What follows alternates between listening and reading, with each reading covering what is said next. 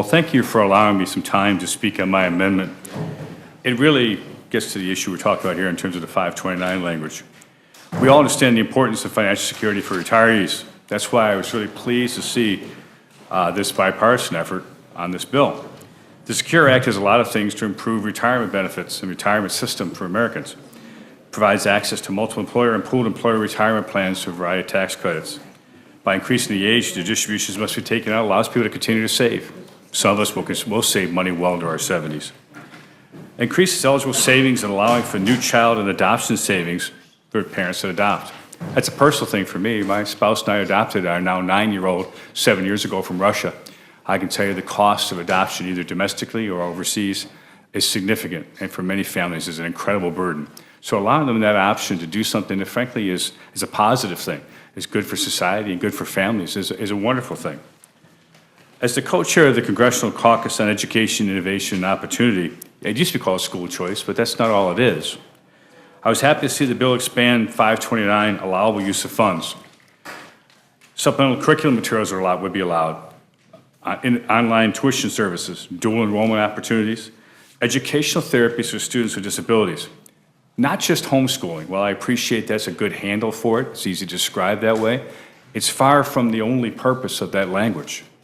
I support providing families the opportunity to save money for their individual child's educational needs, especially those with learning disabilities. And that's a personal issue for me. It's a personal issue. I asked Chairman Neal if I wanted to stay because I think it's more than 200,000 people. I say it's personal because my 9-year-old has significant learning disabilities. We take him to tutoring for reading and math 3 days a week. My wife homeschools him because of that. Think about that. We have resources to do that, but how many families do not? And yet they want to educate their child.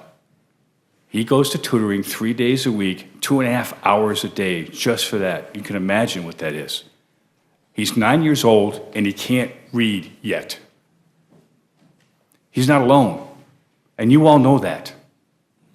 You all know the burdens that puts on families, both financially and emotionally. I want to say that again. He's 9 and he can't read yet.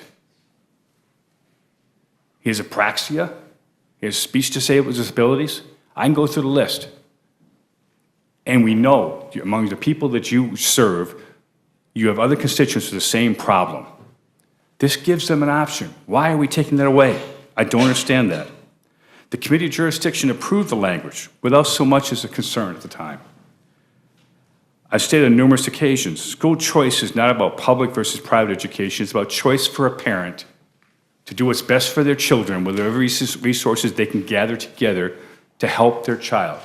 And that's what it ought to be, because it is their child ultimately, frankly. And they know best the needs they face. I'm dismayed, not disappointed.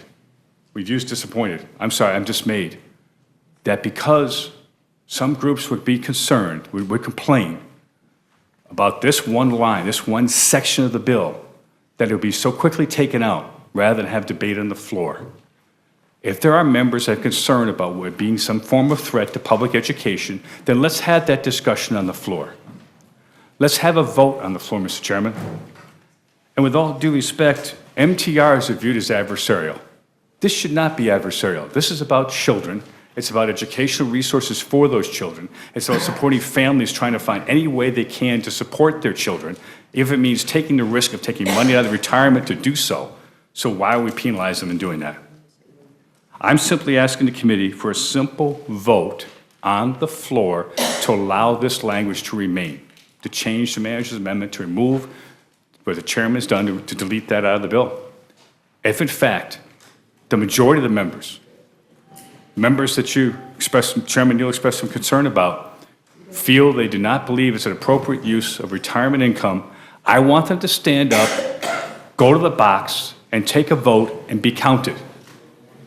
Because I guarantee I can come up with a lot of parents of children with disabilities who say they'll do anything they can to help their children get the education they need, and we're responsible for doing that. I don't care if it's 200,000, if it's 100,000, if it's 2 million. I don't know how many there are, but I can find out if you like. How hard is it to allow a vote for children? And that is what it is, with all due respect. Let's stop the politics. Let's do the right thing here. And I ask you with absolute passion, in case you hadn't noticed, it is wrong to take that language out. I yield back, Anthony.